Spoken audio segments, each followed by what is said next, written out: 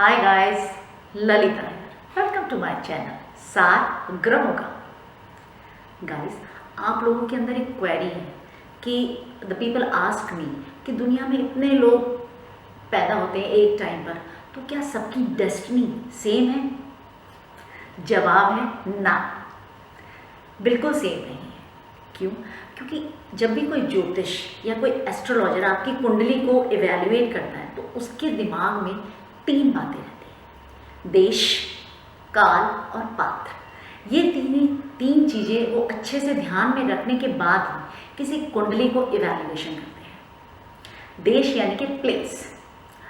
For example, एक बच्चे का जन्म यूएसए में हुआ है और सेम टाइम पर एक बच्चे का जन्म इंडिया में हुआ है और सेम टाइम पर एक बच्चे का जन्म युगांडा यानी कि अफ्रीकन कंट्री में हुआ है। और तीनों की जो डेस्टिनी कुंडली सेम है और तीनों, मान लीजिए, बस ड्राइवर, उनका जो बड़े होकर ऑक्यूपेशन होता है वो बस ड्राइवर होता है। तो जो बच्चा यूएसए में बस ड्राइवर है तो उसकी लाइफ कैसी है? स्मूथ, कि आराम से बस ड्राइव करी, जो रोड्स हैं वो परफेक्ट, बिल्कुल स्मूथ रोड्स हैं और जो लोग हैं वो बाकायदा क्यू में चढ़ते हैं और सेम वैसे ही क्यू में उतरते हैं।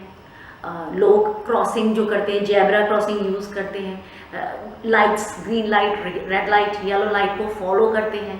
हर चीज़ एकदम लॉ एंड ऑर्डर में चलती है। जो बच्चा इंडिया में बस ड्राइवर बना, उसकी जो बस ली उसमें पॉपुलेशन इतनी ज़्यादा है कि लोग चढ़ रहे हैं बस में तो धक्का मुक्की हो रही है, उतर रहे हैं तो धक्का मुक्की हो रही है। और जब वो बस ड्राइव कर रहा है तो कहीं से ऑटो रिक्शा आ रहा है, कहीं से रिक्शा आ रहा है। और जो लोग रोड क्रॉस कर रहे हैं, red light, green light, yellow light को फॉलो नहीं कर रहे, कोई कहीं से भी क्रॉस कर रहा है। थोड़ा बहुत लॉ एंड ऑर्डर जो है वो हिला हुआ है, तो it's very difficult to drive. कोई एक्सीडेंट तो ना हो जाएगा। ड्राइवर को टेंशन में रहता है कहीं कोई दुर्घटना ना घट जाए। वहीं जो बच्चा युगांडा में हुआ वो युगांडा में बस ड्राइवर बना। अब वहाँ पे रोड्स ही नहीं है, मिट्टी मिट्टी, वेदर इतना ह्यूमिड, हीट वाला, और जो बसेस हैं वो बिल्कुल फटीचर, उसमें पावर स्टीयरिंग नहीं है, तो उसे ड्राइव करना ही अपने आप में बहुत बड़ा टास्क है। ऊपर से लोग कहीं मिल रहे हैं, कहीं 2-4 लोग चढ़ रहे हैं, कहीं पूरी भीड़ चल रही है। कई बार उनकी जो बस है, छत है, उसके ऊपर भी लोग चढ़े हुए हैं क्योंकि कन्वेंस नहीं है, रोड्स नहीं है, लॉ एंड ऑर्डर नहीं है। इसी तरह अगर अफगानिस्तान में पैदा हुआ है तो कहीं से भी बम ब्लास्ट हो सकता है, कोई गन रखे कंडक्टर को एक शूट कर सकता है, कुछ भी। कहने का मतलब है कि प्लेस जो है इट काउंट्स। अब दूसरी चीज़ क्या ध्यान देते हैं एस्ट्रोलॉजर? काल। देश हो गया, काल। काल यानी कि टाइम, कि कौन से वक्त पे बच्चे का जन्म हुआ है। मान लीजिए जो किसी की कुंडली में वीनस बहुत स्ट्रांग होता है तो उसके अंदर सिंगिंग टैलेंट या अभिनय या नृत्य कला की जो इनबिल्ट हो जाती है बहुत अच्छे से। जनरली जो बॉलीवुड के एक्टर्स एक्ट्रेसेस होते हैं, इनका वीनस बहुत स्ट्रांग होता है। तो अगर पुराने ज़माने में किसी का जन्म हुआ और उस बच्चे का, मान लीजिए उस बच्चे का राजा के यहाँ जन्म हुआ और उसका वीनस बहुत स्ट्रांग है और उसके अंदर इनबिल्ट है सिंगिंग, डांसिंग और एक्टिंग, लेकिन वो राजा के घर में पैदा हुआ तो he is not suppose to become dancer, नृत्य करने वाला या सिंगिंग करने वाला। वो राजा का बेटा है तो उसे राजा ही बनना पड़ेगा। He has to rule the state.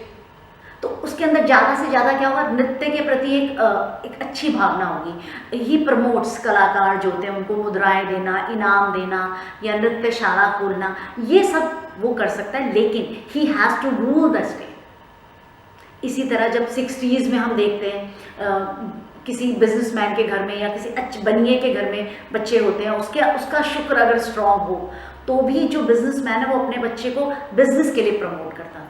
Nobody wants कि आप बॉलीवुड में जाइए या बॉम्बे जाकर एक्टिंग और या सिंगिंग को प्रोफेशन बनाइए, क्योंकि उस टाइम पर इस प्रोफेशन को इतना अच्छी नज़रों से नहीं देखा जाता था। तो बच्चे क्या करते थे, उनके अंदर टैलेंट भी होता था तो वो दब जाता था क्योंकि वो स्कोप ही नहीं है सिंगिंग डांसिंग में, तो वहीं पर वो बिजनेसमैन के बच्चे बिजनेसमैन ही उनको बनना पड़ता था। लेकिन आज आप देखिए, टाइम हैज़ चेंज।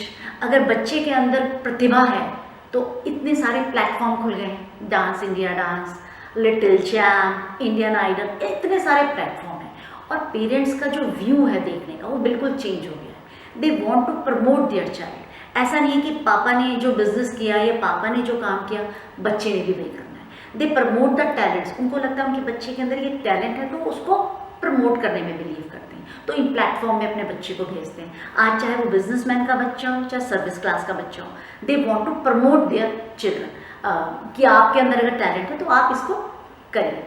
और तो और अब पिछले ज़माने में क्या होता था, हम क्वेश्चंस पूछते थे, पुराने ज़माने के लोग कितने बच्चे पैदा होंगे, कुंडली देखते थे लड़का लड़की की, भाई कितने बच्चे होंगे, 4 होंगे 6 होंगे।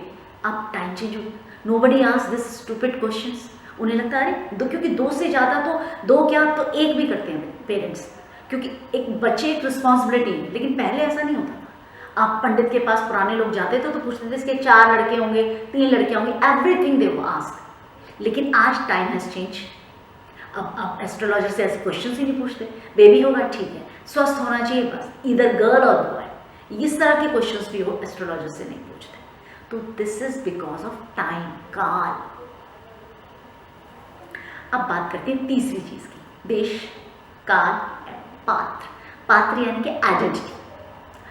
मान लीजिए एक बच्चा जो है वो फोर्टिस में पैदा होता है और सेम टाइम सेम प्लेस में एक बच्चा नर्सिंग होम में पैदा होता है, सेम टाइम सेम प्लेस में एक बच्चा गवर्नमेंट हॉस्पिटल में पैदा होता है, और तीनों की जो डेस्टिनी है उस सब में है कि वो अपने फादर के लिए लकी है। तीनों बच्चे क्योंकि सेम टाइम पे पैदा हुए हैं, सेम प्लेस है, तो तीनों के अंदर ये है कि they are lucky for their parents. तो जब फोर्टिस का पेरेंट्स का बच्चा पैदा हुआ तो उनका दे आर रिच, तो उन्होंने फैक्ट्री खरीद ली कि बच्चा पैदा हुआ उनके लिए लक लेकर आया, दे बाय अ फैक्ट्री या प्लांट या बहुत विला ऐसा कुछ खरीदा। वहीं वो पेरेंट्स जो नर्सिंग होम में जिनका बच्चा पैदा हुआ था वो भी उनके लिए लक लेकर आया, उन्होंने एक फ्लैट बाय कर लिया या फिर एक कार बाय कर ली, लग्जरी कार बाय कर ली। वहीं एक गवर्नमेंट हॉस्पिटल में पैदा होने वाला बच्चा, अपने पेरेंट्स के पापा रिक्शा चलाते थे तो उन्होंने उनके बच्चे भी लक लेकर आया तो दे ही बाय ऑटो रिक्शा, वे रिक्शा चलाते थे तो उन्होंने ऑटो रिक्शा बाय कर लिया। कहने का मतलब है कि अपनी आइडेंटिटी के हिसाब से बच्चा लक लेकर आया और उसने अपने फादर के उसी हिसाब से उनको फायदा, जो पेरेंट्स थे उनको उसी हिसाब से उनका लगा। लेकिन इन 3 चीज़ों के बावजूद भी, देश, काल, पात्र के बावजूद भी, आज आप देखिए नरेंद्र मोदी हमारे यहाँ पैदा हुए, ये Amitabh Bachchan, Bill Gates, Brad Pitt, Shahrukh Khan, ये पीपल भी तो नॉर्मल लोगों के बीच में से ही पैदा हुए हैं। Narendra Modi comes from a very low grade family. उस फैमिली से भी उस समय जब नरेंद्र मोदी जी जिस हॉस्पिटल में पैदा हुए होंगे तो उस टाइम पर भी तो कितने हज़ारों बच्चे पैदा हुए होंगे, उसी हॉस्पिटल में बच्चे पैदा हुए होंगे। इसी तरह बिल गेट्स, शाहरुख खान जब पैदा हुआ होगा तो उस टाइम पर भी तो उस जगह पे कितने बच्चे पैदा हुए होंगे। तो सब तो शाहरुख खान नहीं बने, या सब तो नरेंद्र मोदी नहीं बने, या सब तो बिल गेट्स जब पैदा होगा जिस हॉस्पिटल में वहाँ भी कितने बच्चे पैदा होंगे। तो लेकिन हर कोई बिल गेट्स नहीं बना। क्यों?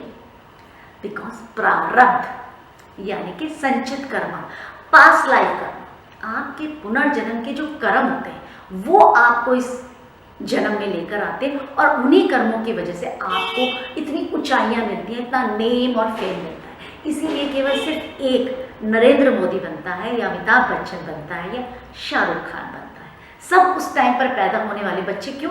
क्योंकि उनका प्रारब्ध है, उनका संचित कर्मा है, इतने जन्मों से जो कर्म उन्होंने संचित कर रखे हैं। Because of that pure karmas, वो जो ब्लेसिंग्स है ऋषि मुनियों की उनको मिली है, इसीलिए इस जन्म में उनको इतना फेम, नेम सब।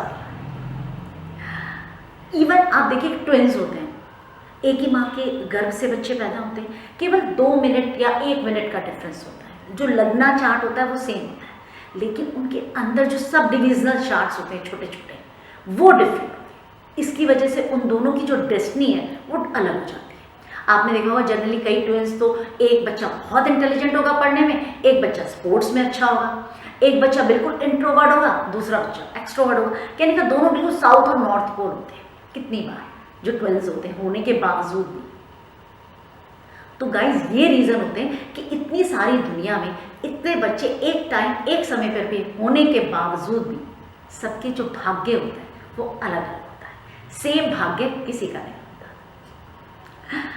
तो गाइस ये थे मेरे व्यूज़। अगर आप लोगों के अंदर भी कोई क्वेरी है तो आप हमारी अपनी क्वेरीज को हमारे कमेंट बॉक्स में शेयर कर सकते हैं। और अगर वीडियो अच्छा लगे तो please like, share and subscribe.